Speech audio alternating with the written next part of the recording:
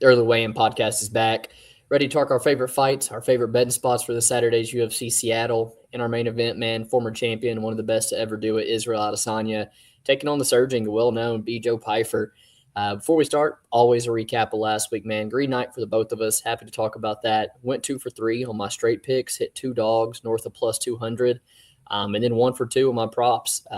Finally, a night that I was happy with, man, plus 3.78 units. Felt like I had my reads last week. Nathaniel Wood came for me yet again. So, yeah, man, hopefully keep the ball rolling. 3.78 units. Happy about how I finished up last week.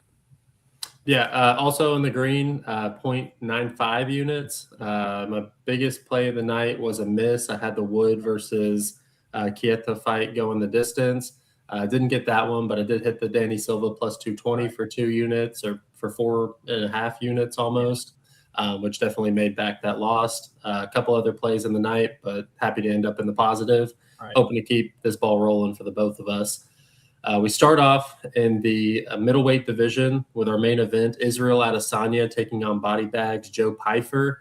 Man, there's a couple of things I feel like we have to note. Israel, I think he is a little bit past his peak. I think that's fair to say now on the 3-fight losing streak.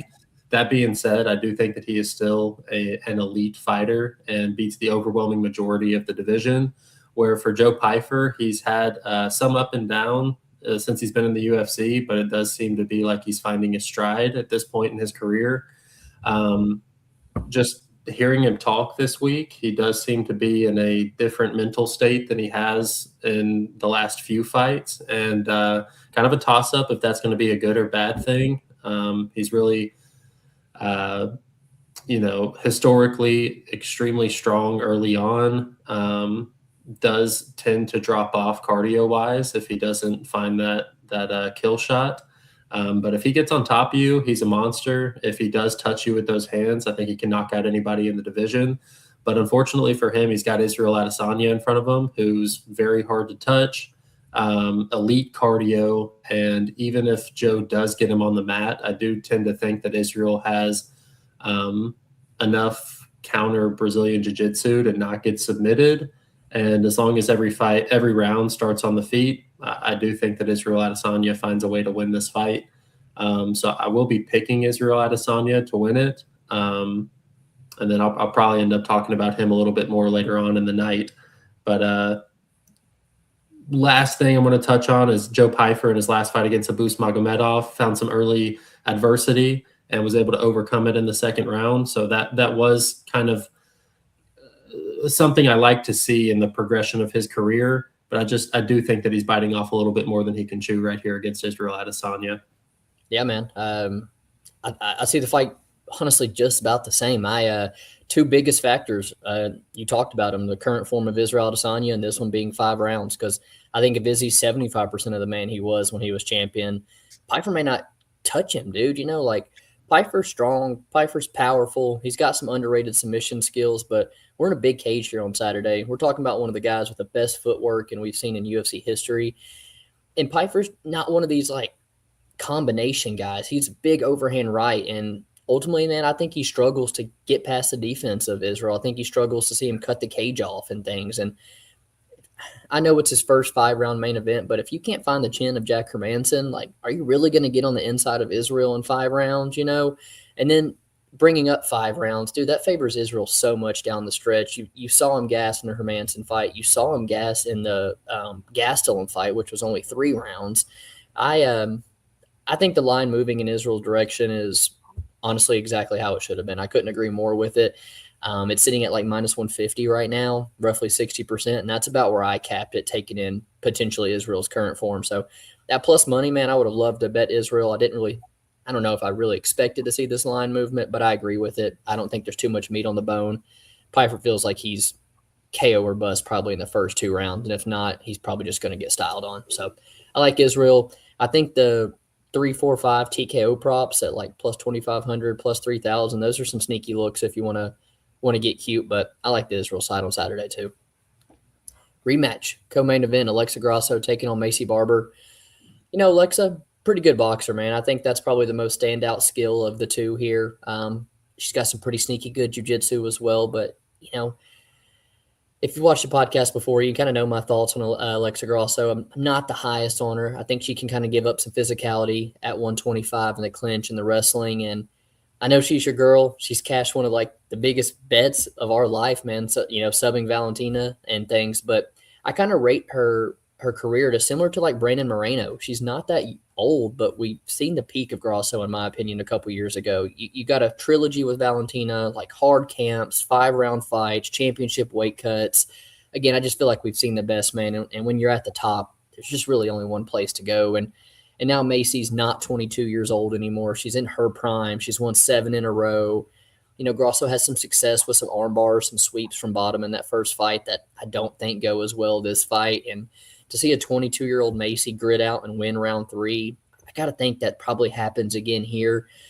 So I like Macy. I think she's going to bully her a lot in the clinch. But if Grasso wants to make this close, man, she needs to go out here and take down Macy, because that's been the suspect area for her game. The Maverick fights, the KGB fights. You can bring into question if she even should have won those fights because she got taken down so much. So I think at this price, it is an easy pass for me. There's not much value sitting on either side, but I like Macy Barber here. I like the favorite. I like Macy by decision. So yeah, I agree with the Macy by decision. I've heard a lot of people talk about Macy's physicality being one of the biggest aspects of this fight. And I just want to note that, she's gone to decision in 8 of her last 9 fights. She's not the finisher that breaks girls as much as people like to suggest. Yes, she wears down on them, but it's not like she's finishing fights. And I really doubt that Alexa Grasso is going to be stopped in this fight. I actually think it's more likely that Alexa Grasso finds the stoppage against Macy Barber than the other way around. And there's some really good numbers if you look at the fight in that way. Ultimately, I think Alexa Grasso has better striking, better Brazilian Jiu-Jitsu, and much better timing as far as striking actually goes. Like, she times up her overhand rights and her ability to circle off the cage in a way that, if she catches the right spot on Macy Barber, I think that she could put her out. You're looking at like 30-1 odds on Alexa Grasso TKO. And I know we haven't seen it from Macy, but she is very hittable. I do think that maybe it's just matchups at this point in her career, but I find it very hard to believe that Macy could ever touch gold at this point. People say that she has all of the, attributes of a champion, but the skill set, I think, is lacking a lot. I do think that she has great physicality. I do think that she has great pressure and cardio and her durability, but the skill set just isn't there. And, only fighting one time a year due to injury. I think if you put her in the last 4 matchups that Alexa Grasso has had, she does far worse than Alexa Grasso has. Unfortunately for Alexa, she's been matched up with Val those last 3 times. We all know it. But the Natalia Silva matchup, that's one of the hardest girls to outbox in the division with the amount of footwork that Natalia Silva carries. With Macy Barber, I think she's a super hittable target. If we see, this is kind of similar to the Izzy matchup for me, if we see 75% of Alexa Grasso at her championship performance levels, I think that she could take down Macy Barber pretty easily here. And it's still a tough matchup for Macy. So getting Alexa Grasso at plus 160, I do think that she's being kind of counted out here simply because Macy Barber's back. But I don't think skill set wise we've seen enough to just completely write off a former champion versus a girl who's injury prone and I don't think will ever be a champion. So give me Alexa Grasso here. I like her in this matchup, dude. And she is my girl. I have some bias. I have her signed fight gloves. I am a big fan of her, but bias aside, I think that this is kind of an easy dog or pass spot, if anything. I don't know who in their right mind's laying minus 185 or more on Macy Barber and feeling good about that bet. Moving on to my fight of the night, we are going to the 185-pound division. Mansur Abdul Malik versus Yousri Belgaroui. Is that, yeah? Belgaroui. Yeah. Belgaroui. Okay. Man, I have looked at this fight enough this week to where I initially thought that this was an easy Mansur Abdul Malik pick. And the more that I look at it, the more I tend to change my mind, man. the biggest talking point originally for the Mansur Abdul Malik side is the Bakayev fight that Yousri had last time. Bakayev, he's just a small guy for the division, small arms, and when you look at Mansur Abdul Malik, his and a gasser. And a gasser, yeah. It's like all the pieces of the puzzle that just benefit Yousri, where in this matchup, I'm pretty sure Malik is longer. He's much larger than Bakayev and much more physically dominant than Bakayev, which to me is going to even the playing field out.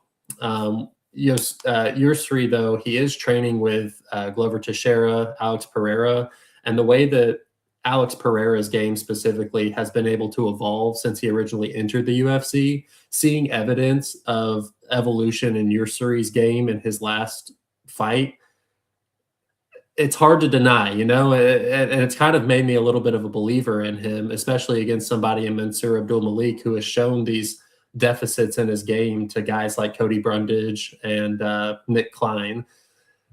This seems like a 50-50 fight and a dog or pass spot as well. So I'm actually leaning towards the Yousri side at this point in my like breakdown this week, and I think it's going to be an excellent fight regardless. I do think that Yousri is live much later in the fights, and Mansur could go out here, and if he gets him on the back early, he might punish him and finish him right off the bat. But Yousri is going to be the pick for me. Think you should have stuck with your gut. I'm on the Mansur side.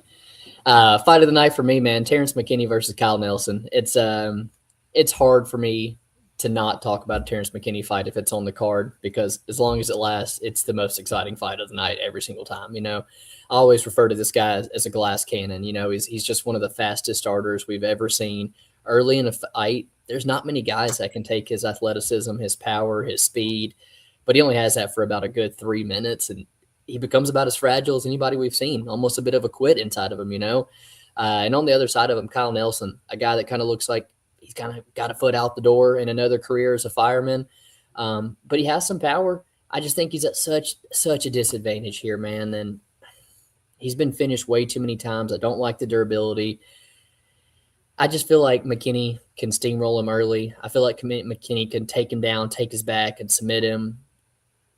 It's just, if that doesn't happen within 3 minutes, this fight completely flips on his head, and Kyle Nelson may become the minus 185 favorite. So toughest 3 minutes of his life, but this fight should be fun, man. They're always entertaining from the jump. Always going to catch my never going to miss a Terrance McKinney fight. I'll talk about it here in a second, but yeah, that's my fight of the night, man. Who you got for your underdog?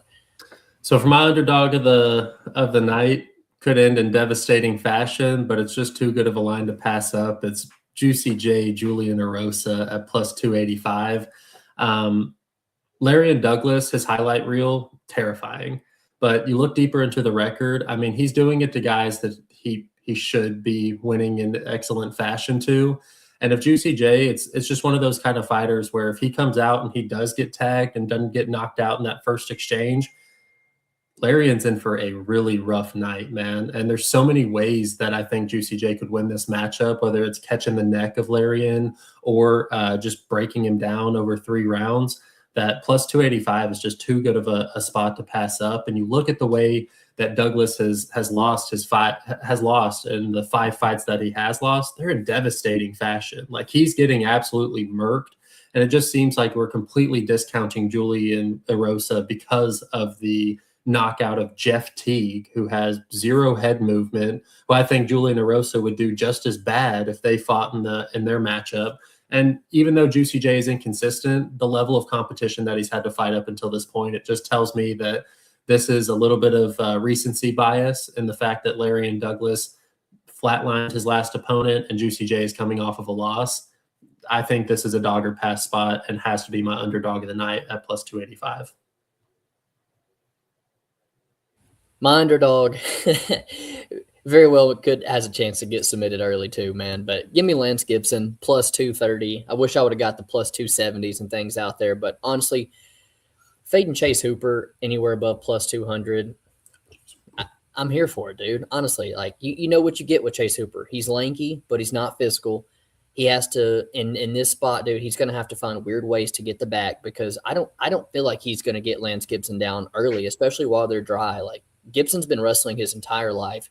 His dad's an ex-fighter. This guy's has been fighting his whole life and been wrestling. I really don't think Chase Hooper has success early in this fight whatsoever.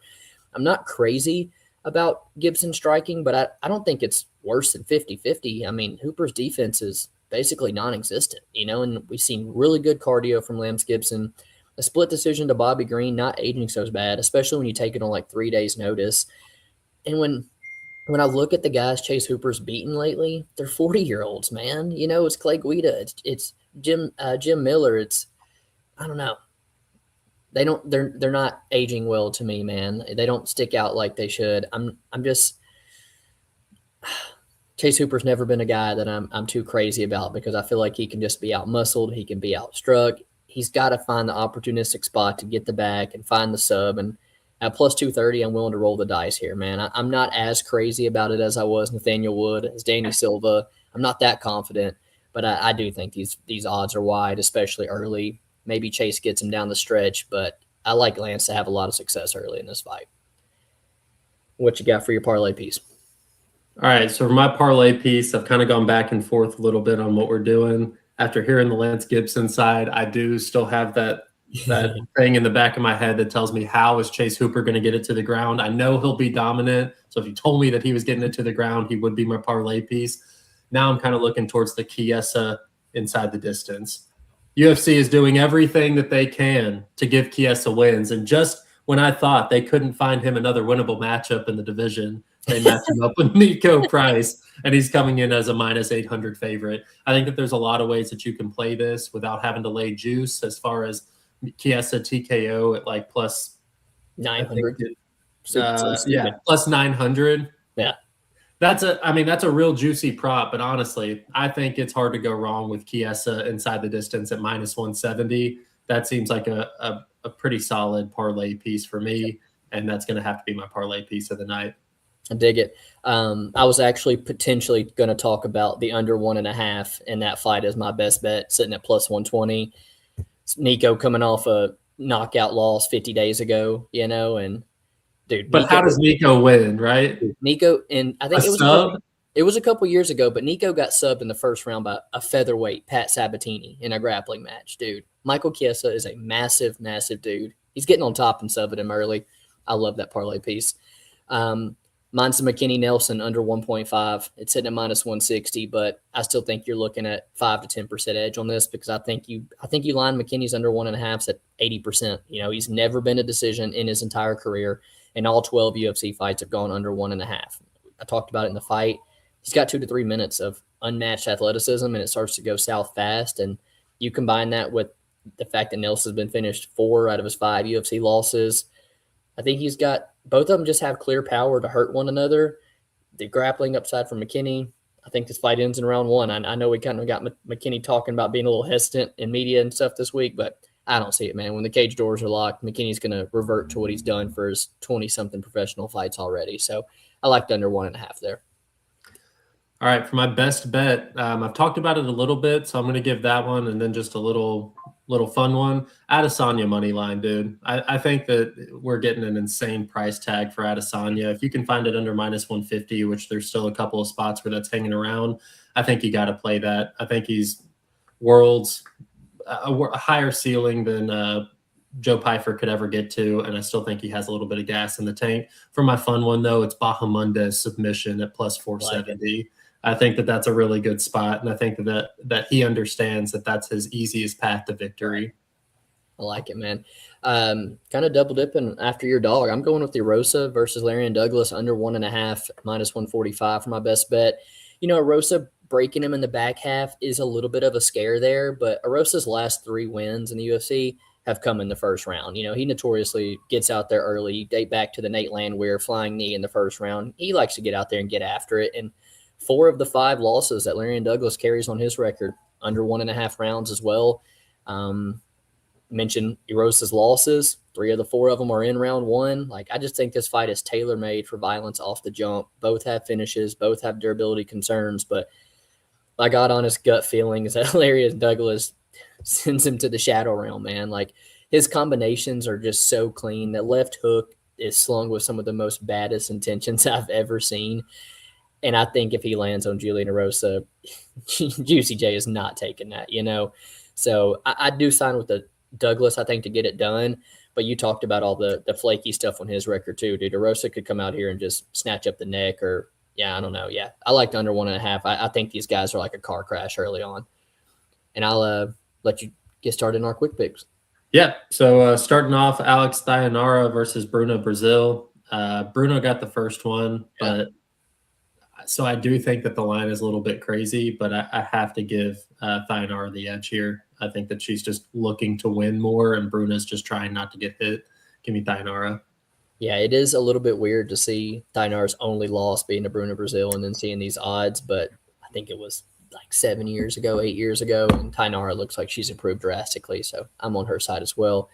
Ricky Simone, Adrian Yanez, man, weird fight. I don't really have the biggest opinion, but you know, Ricky's a Seattle guy. I kind of feel like he might have been in camp realizing he was going to be on this card and things, and was just kind of looking for the matchup, who they were going to match him up with. It kind of feels like Yanez might be the one taking this on similar, you know, somewhat short notice. And then just throw in the fact that Yanez, since he's lost his coach and stuff, man, it's just he's not looked the same. I'm on the Ricky Simone side. Ricky Simone by decision, but easy pass for me.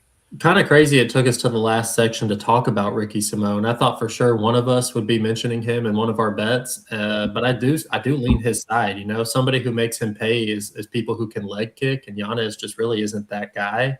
Right. So yeah, I think Ricky rolls with the wrestling and just control. I think that it's a really good price tag, -150. Navajo Sterling versus Bruno Lopez. I'm on the Navajo Sterling side. I do think that the line's a little outrageous, but this could be a fight where he actually gets his first UFC finish. So I am on the Navajo Sterling inside the distance. Yeah, I was checking that out as well because I think he could get the finish, but it's like you're still having to lay juice, and I didn't really like that for it to be the first time. I don't know, man. If you parlayed Navajo and laid big money, I don't know. I think Navajo might be one of the safest spots on the card, so I think the juice is kind of justified. Casey O'Neill, Gabriela Fernandez. Man, I think Gabriela is just the way better striker, is way more athletic, and Casey O'Neill is so hittable. Coming back from injuries. I don't see how she beats Gabriela, man. I'm on the Gabriela side. First disagreement of the night. I'm on the Casey O'Neill side. I just think that the volume is going to be the biggest factor in this fight, and I think that O'Neill will do enough. I like her aggression. I think that she lands more shots, and it's going to weigh more on the judges' scorecards. So give me Casey O'Neill. I think it'll be a fun one and a very close one. Marcin Tybura versus Tyrell Fortune. I'm actually on the Tyrell side, man. You know, a lot of people are on the Marcin Tybura side, but I think if Fortune ends up on top, he's going to be a real problem. He's got the wrestling chops to fall back on, and I think that he hits just a little bit harder. So give me the Tyrell Fortune over Marcin this week. For all the same reasons, I'm on the Fortune side as well. I do think if Marcin gets him down, though, Tyrell's in a lot more danger than if Tyrell gets Tybura down. Like, I feel like if Tyrell Fortune gets on top, maybe some ground and pound, but honestly, he's just not very active from top. Whereas Marcin gets on top, dude, he looks to advance position. He looks ground and pound. He looks for submissions. Like, I don't know. That makes me a little worried. I'm still on the Fortune side. I think the athleticism and power gap early is too much for Tybura to make up. Chase Hooper versus Lance Gibson, underdog of the week. Lance Gibson plus 230 for me. Chase Hooper. I'm on the Chase Hooper side. I don't know how he gets it down, but I think he will find it and get the finish. Ignacio Bahamendez versus Tafik Musayev. I've got Ignacio. I think he realizes he doesn't need to stand with Tafik, and he has subs him. You know, looking back, Tofik was almost given like a unwinnable fight against Mikdebek Orbai his last go around, you know. At least he's getting a guy who wants to stand with him here. I'm not crazy about the Ignacio money line, but I do think Ignacio is probably the side here, man, and I like that submission prop that you were eyeing. Kicking off the main card, they know how to kick off a main card, man. Terrance McKinney versus Kyle Nelson. I saw someone put earlier that you play McKinney round one at plus money and Kyle Nelson money line at plus money for the same stake, and you probably come out profiting here. And I couldn't really, probably agree. But I like Terrance McKinney. I'm not laying almost 2-1 on him. I'd only lay like round 1 or the under 1.5 in a parlay. I like Terrance to get a first round finish, man. I'm on the Kyle Nelson side. I think Nelson gets it done in round 2 and round 3, and Terrance finds a way to just curl up and give it up. So, yeah, give me Kyle Nelson. Don't love it, but, yeah, I'll pick him. Mansur Abdul Malik versus Yousri Belgaroui. I've got Yousri. I think that he has shored up those holes in his game, and I think he comes out here and proves it against Mansur Abdul Malik on Saturday. I love that they're matching prospects up like this, not really protecting them or anything anymore. The next fight for one of these guys is probably a top 15 fight. There's an easy push for either guy. Oh, 100%, 100%. I think he's raw, but I think Mansur is a top 5 prospect that the UFC has right now. I do got to trust my gut on that. I think his takedowns could really make a difference here. So I'm on the Mansur Abdul Malik side. Julian Erosa, Larion Douglas, love the under 1.5 here. Love some violence, and I think Larion Douglas knocks him out. I've got Julian Erosa, man. I just think he has more ways to win outside of a knockout, and so whether it be by decision in some world or submission, I think that Julian Erosa is a great dog pick here. I'll be going with him. Michael Chiesa versus Nico Price. I think Michael Chiesa smashes him early. Give me Michael Chiesa. Michael Chiesa inside the distance. Going to be on my card somewhere this week.